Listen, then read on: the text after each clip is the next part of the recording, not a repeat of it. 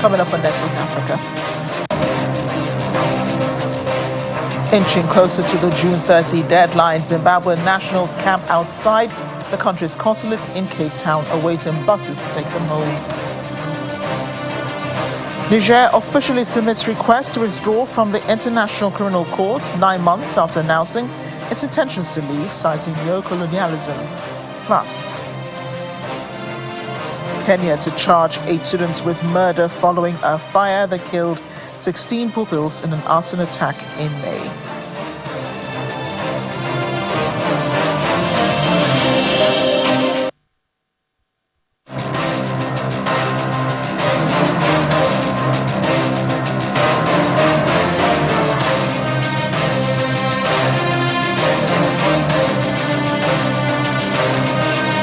Thanks for joining us on the program today. I'm Amarachi Ubani.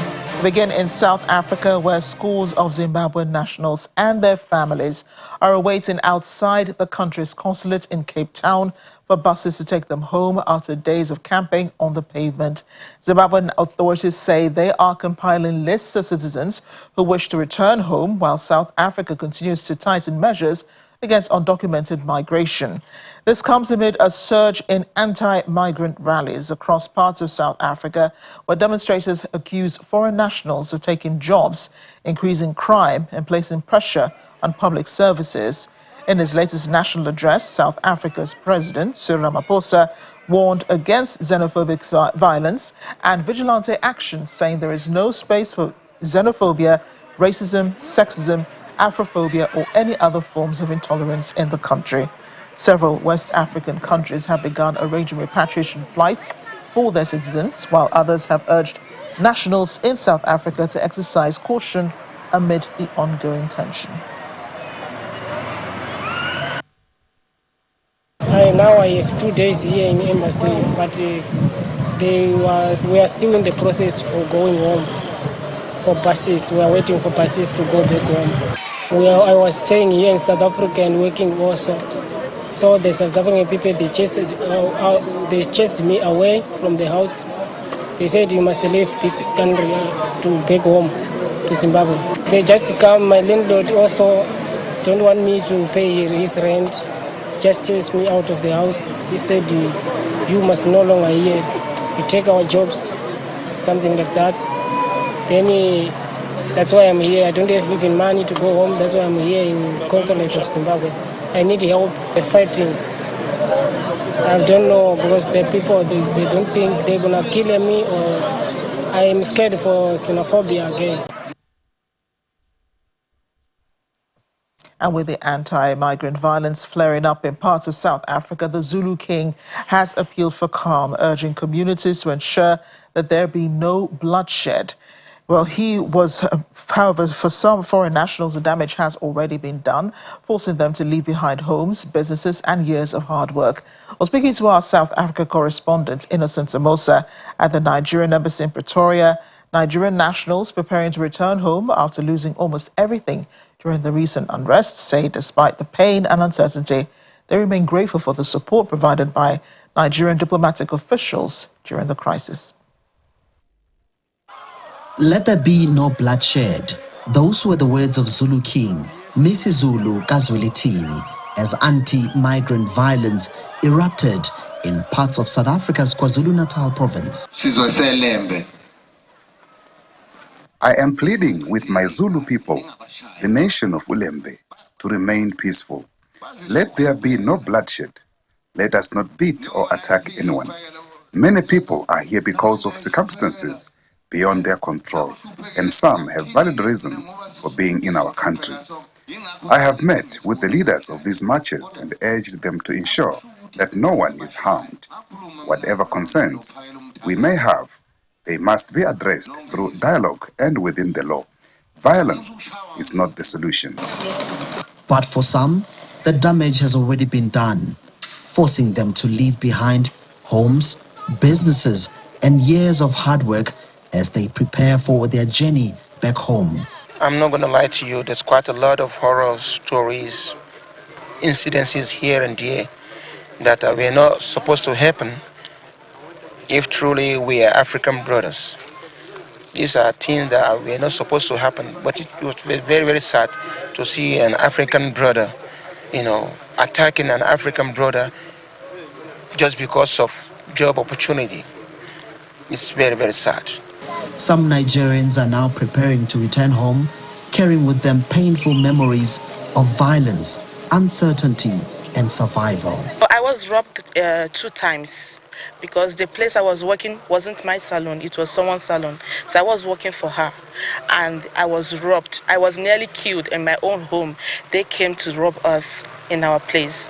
I was nearly killed, but I thank God I'm standing here today. So it was a really, really, really a terrifying experience for me. So yeah. That's the reason why I want to go back home, because I believe it's better I go back home and, suffer there than to be in another man's land and suffer and also die. I was embarrassed. I'm totally disappointed the way they are treating us, whereas they are our brothers. We come for their rescue when they are in need. So what is happening today? The way they are treating us like we are not human beings. Acting Nigerian High Commissioner to South Africa, Alexandra Timitope Ajayi, says more than 1,000 Nigerians have indicated interest in being formally repatriated as efforts continue to address their concerns and ensure proper consular support. I want to ask Nigerians, both here and back home, to believe they've seen the first operation that we did, and as we speak, many are going on, you understand, and they should remain steadfast. They should believe that government has done everything possible to make this process smooth. From Pretoria, South Africa, Innocent Samosa, Channels Television News. Meanwhile, police in South Africa are investigating the murder of a 29-year-old Malawian national during a march against illegal immigration at the Jikajo informal settlement in Pietermaritzburg. The protest, led by the anti-immigrant group March and March, reportedly turned violent after a woman claimed that her relative had been killed by Malawian nationals. In recent months, March and March has become increasingly vocal, coordinating mass protests and setting a June 30 deadline for all undocumented foreigners to leave the country. The ultimatum has no legal backing, but has already prompted thousands of people from other African nations, including Ghana, Nigeria, Malawi and Mozambique, to flee. In the meantime, law enforcement agencies have ramped up operational readiness across 9 provinces with plans in place to protect communities, critical infrastructure and public spaces.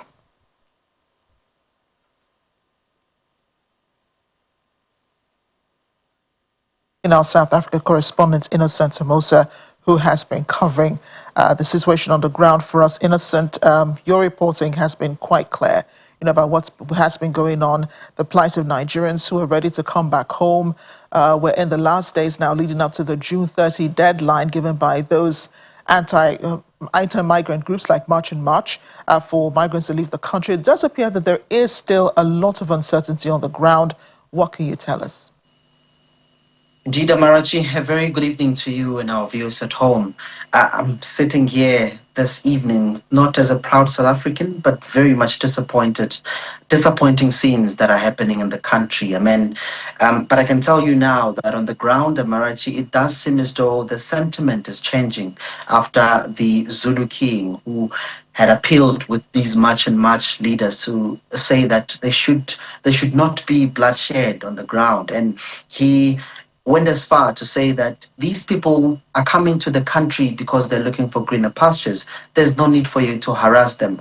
And it does seem as though the sentiment is changing in a sense that the Zulu kingdom, there is that sense of listening to the hierarchy. And when the king has spoken that like this, there's that divided, mixed reaction. Some are saying that, no, we need to listen to what the king is saying, but there's still those who are saying that no, we're moving ahead with what we want to do. But I guess the horse has already bolted, if for a lack of a better term, because it does seem as though the leaders, the king, the president, and everyone else, they took time to really react to this matter. We would have been here, if they have acted, earlier. But I guess I can say that The matches are still continuing. But at this point in time, I see on social media, it does seem as though the sentiment is really changing a little bit. There are people who are saying that goes, meaning that let's listen to what the king is saying, Amarachi. You're right, pointing out that, it's in the last days we're hearing, from the king and also from religious organizations like the chairman of the Christian Association of Nigeria in South Africa, Bishop Vincent Anyadike. I don't recall hearing a lot, from these groups of people in the weeks gone by. So now we're hearing them, talk to the people and say, there must be calm. Just how very little impact this would have, or this is having right now on the present crisis. But one of the issues, that these groups raise is the fact that foreigners are taking their jobs. So I wonder how bad is the job market in South Africa, when you compare the jobs for indigents as well as jobs being given to migrants. It's quite confusing, Amarachi, and I'm glad you're bringing that point, because the migrants, majority of them, they actually start businesses. And so if you're saying that they're taking, it's competition. I mean, you just have to compete. So it does seem as though they're foreigners are beating South Africans in terms of, competing for resources, and it becoming difficult. But like you rightly indicated, Amarachi, it's quite disappointing that they're coming now. But I'm glad that the church is also coming into the picture, because, it goes without saying, Amarachi, that life is very much spiritual. When these things are happening, they started in the spirit some way. So when these leaders, church leaders, are coming into the picture to say that we're offering support, we're offering counseling, we're offering prayers for you, it's a vote of confidence from many people, who are, anti these kind of protests, because these protests, in many respects, Amarachi, they are destabilizing a lot of things. I'm telling you now that artists are actually crying to say that our bookings are being cancelled now because we cannot compete. We can't, go and perform elsewhere. Bafana Bafana captain was saying that we're getting booed by African players. They don't like us. People are saying that we're this and that. It does give that bad picture about South Africa. It goes beyond just, saying people must go. It is a whole ecosystem. There's business, there's arts and culture, there's trade and all of this. So it is a problem. But I'm glad that they're coming in on board to say that, right, listen, we are here as leaders, but I think it's already late, too little late, Amarachi. Yeah, and the government really hasn't said anything or made much impact, with its call for people not to emphasize a June 30 deadline. Everyone's scrambling, to leave South Africa before then. I know that, they try to dispel, the date, but is it working? We're still trying to get Nigerians out of South Africa. And then today we're seeing Zimbabweans. We know the Malawans have been sleeping outside for days now, awaiting buses and flights to take them out of the country. Where are we at, Innocent? Yeah, we're in a very, very difficult, precarious position, for a lack of a better term, because the date is coming. And I must tell you, Amarachi, that this date wasn't set by government. It was set by these people. And government is not saying to them that, listen, we will not allow you to terrorize people, to ask people to produce their particulars on the street. So government has been mum about this issue, I must say. Quite disappointing coming out from the presidency to say that we will not allow people to be abused. But these people are beating up other people, in front of law enforcement. That in itself, it's crime in the country. But I don't see much action around that. So quite disappointing, I must say. And like you rightly indicated, people are scrambling to get out of South Africa because that date is coming. But I wonder what's going to happen when that date comes. But we will, of course, be on the ground to give our viewers the action on the ground to see what's really happening, on the 30th of June. Amarachi. Yeah, Innocent, excellent reporting you have been doing on this so far. We do encourage you to stay safe as you continue with reporting on the issue. Thank you. Thank you, Amarachi. We're off on a short break now on Network Africa. Still ahead. Well, Ghana had it really nice last night when they drew with England at the 2026 FIFA World Cup. We'll have details shortly. Stay with us.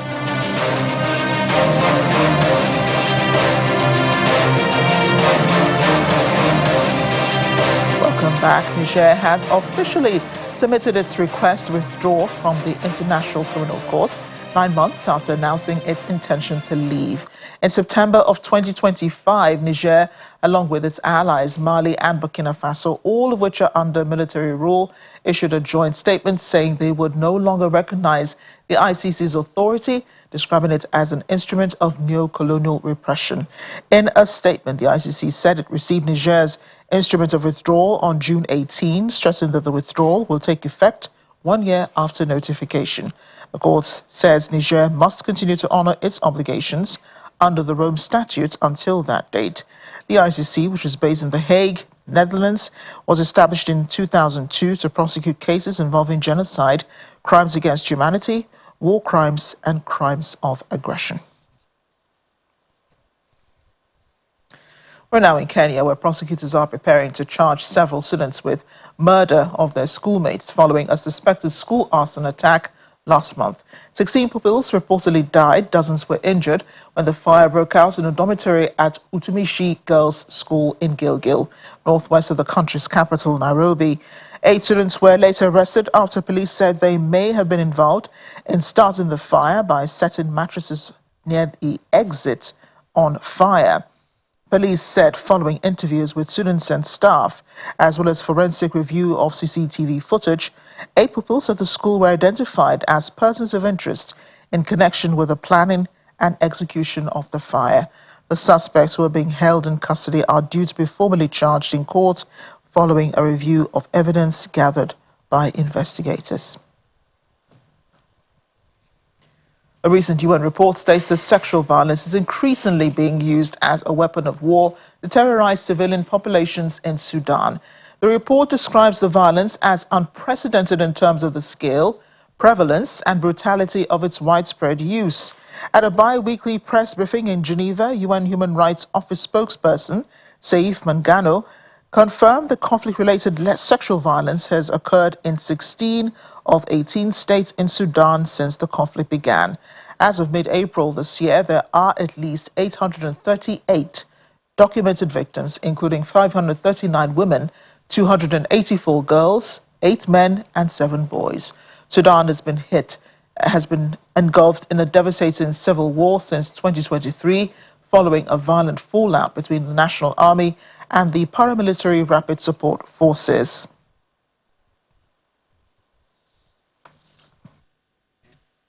There were at least 546 incidents of conflict-related sexual violence in Sudan between the 15th of April 2023 and mid-April this year, affecting at least 838 victims, according to our own verification. But these figures represent only the tip of the iceberg, as most cases go unreported. Almost a quarter of the incidents documented involved gang rape. In one case, a girl was gang raped by at least 10 men. Some of these abhorrent acts may amount to war crimes. And in Darfur in particular, there are reasonable grounds to believe that some of the acts of sexual violence committed in the context of widespread and systematic attacks against the civilian population may amount to crimes against humanity.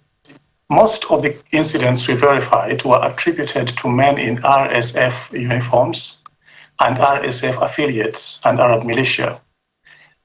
Some have also been attributed to the Sudanese armed forces and affiliated security actors and militias. This report warns that unless these patterns and impacts of conflict-related sexual violence are addressed through justice, victim-centered responses, and efforts to tackle stigma and discrimination, peace and social cohesion in Sudan risk being undermined for years to come. We call for all perpetrators, including those exercising command responsibility, to be fully held to account and for victims to be guaranteed access to effective remedy, including reparation. We urge the parties to the conflict to, among other things, take concrete and verifiable measures to prevent sexual violence.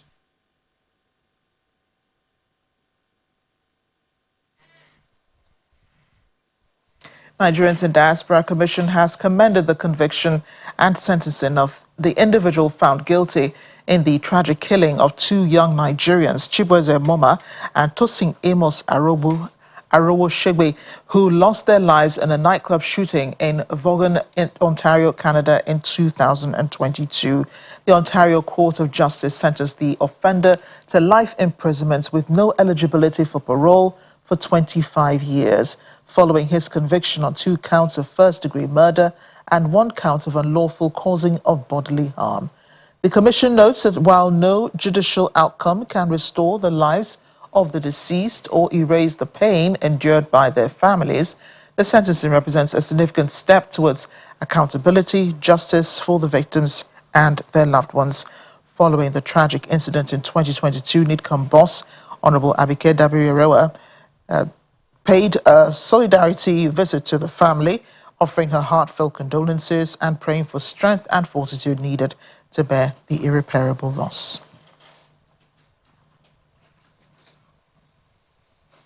Staying with Nigeria, but beyond our shores still, Nigeria's ambassador designate to Australia, New Zealand, Fiji, Solomon Islands and other oceanic states, Femi Pedro, has formally submitted his letters of credence to the Governor-General of Australia, Her Excellency, the Honourable Ms. Sam Mostyn, marking the official commencement of his diplomatic assignment in the region. Describing the development as more than a formal diplomatic step, Ambassador Pedro said it represents a renewed call for deepening bilateral relations between Nigeria and Australia.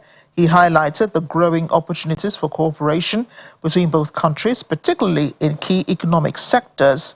Ambassador Pedro also addressed Nigerians residing in Australia and across the oceanic region, describing his appointment as both a national mandate and personal commitment to diaspora engagement, while the Nigerian government renewed foreign policy direction focused on democracy, development, diaspora, and democracy again.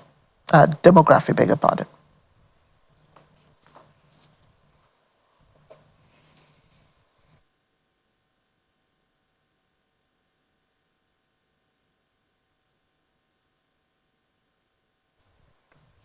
Well, the FIFA World Cup is hotting up in the United States, Mexico, and in Canada. African countries, however, are shining somewhat on the global stage.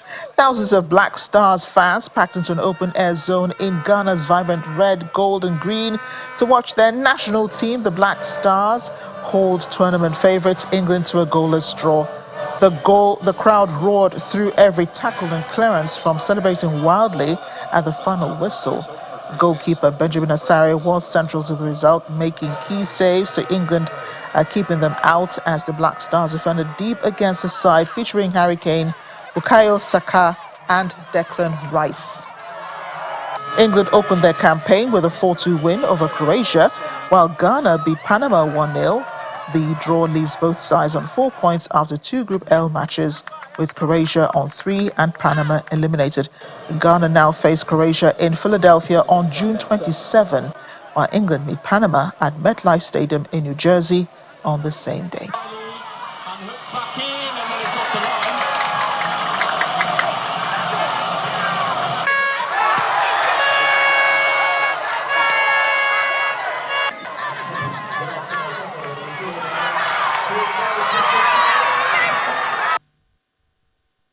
The game it was fantastic for Ghana, because I thought they would score, definitely they would score, but we thank Allah it was draw. Saka and then Rice and then the striker, what's the name, sir? What is it? Harry Kane. When you meet them, Charlie, it was something hard, because they can't beat those players because they are England team and they know how to play football very well. We told England that we have come with our full defense, and today the boys did everything for me. You could see the defense. Everything was spectacular. Everything was good. Everything was 100%. In fact, applause to them. Applause to them. They really did a good job. If you see this kind of game, our players have played with England, then that's to tell you that Croatia, they are more than this one. They cannot even stand it because for England to score Croatia 4, and we playing with England with draw, then if you see that we and Croatia there, it's going to be fire. We are going to take the full win from them. Charlie, I'm more than excited because before we can watch the ball, people they tell us say Ghana no go fit stand with England. But look at here, even draw, we are happy. I wasn't scared because I know my keeper. I know what he can do. I know he's not going to concede any goal. Well, here's our fun fact before we go on the program today. Did you know that Ghana has the largest man-made lake in the world? Lake Volta, created in 1965 following the construction of the Akosombo Dam. The lake covers about 8,500 square kilometers, roughly 3.6% of Ghana's total land area. It serves as a vital source of hydroelectric power, transportation, fishing, irrigation and tourism, playing a major role in the country's economy and development. That's it for Africa Today. Thanks for watching. I'm Amarachi Ubani.